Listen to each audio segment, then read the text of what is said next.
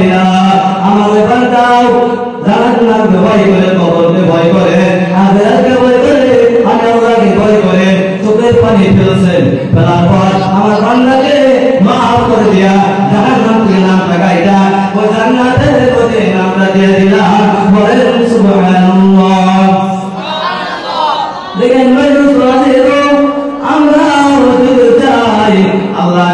তাআলা আমাদেরকে মাফ করবেন না নাই আল্লাহ তাআলাকে যদি বিশ্বাস করে আমরা যদি জাহান্নামকে যদি বিশ্বাস করি ওই কবরকে যদি বিশ্বাস করি আল্লাহ নিশ্চয়ই আমাদেরকে মাফ করবেন আমরা যদি আল্লাহর কাছে চাওয়ার মতো যদি চাই আল্লাহর পরিচয় আমাদেরকে মাফ করে দিবেন আল্লাহ রাব্বুল আলামিন বলতেছেন আল-ইয়াউমা নাখতিমু আলা আফওয়াহিহিম ওয়া তুকাল্লিমুনা আইদিহিম ওয়া তাশহাদু আরজুলুহুম বিমা কানু ইয়াকসিবুন রাসূলি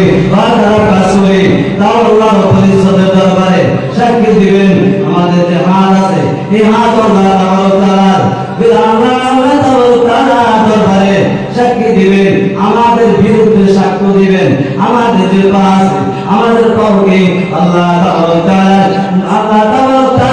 দরবারে কি সাক্ষী দিবেন ওই হাসরের ময়দানে তো বলি হবে ওই হাসরের ময়দানে সূর্যটাকে এক হাত উপরে দাওবে আর জমিনটাকে তামাম বানায় দিবেন আর মানুষ সহ্য করতে পারবে না আর ওই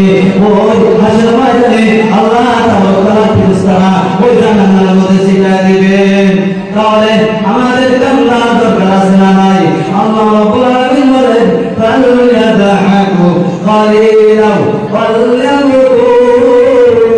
কাসীরা আল্লাহ রাব্বুল আলামিন বলেন তোমরা ও আল্লাহ দেখেন আমার আমাদের খবর জানেন না নাই আমার আল্লাহর খবর জানেন না নাই আমার আমাদের খবর জানেন আমার আল্লাহ আলিম বলেন আমার আল্লাহ ভয়ের খবর জানেন দেখেন ভাই দোস্ত আজিজ আমরা যদি আল্লাহকে খুশি করার জন্য যদি করি তাহলে আল্লাহ দেখতেছেন আর মানুষের জন্য জাহান্নাম আরো বড় জান্নাতের মধ্যে আরো জাহান্নামে জান্নাতে চলে যাওয়ার পর আর জান্নাতে চলে যাওয়ার পর ওই জাহান্নামে লোক ওই জাহান্নামে লোক জান্নাতে আমাদের তো আল্লাহ রাব্বুল আলামিন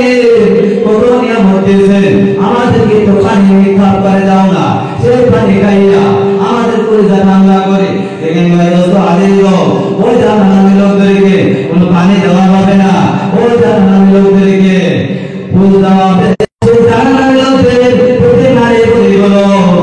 তিনাদের পায়খানার রাস্তা দেবে মারেন বলেন আলহামদুলিল্লাহ ও আমার ভাই দোস্ত আজিজ ওই জাহান্নাম এত কোটে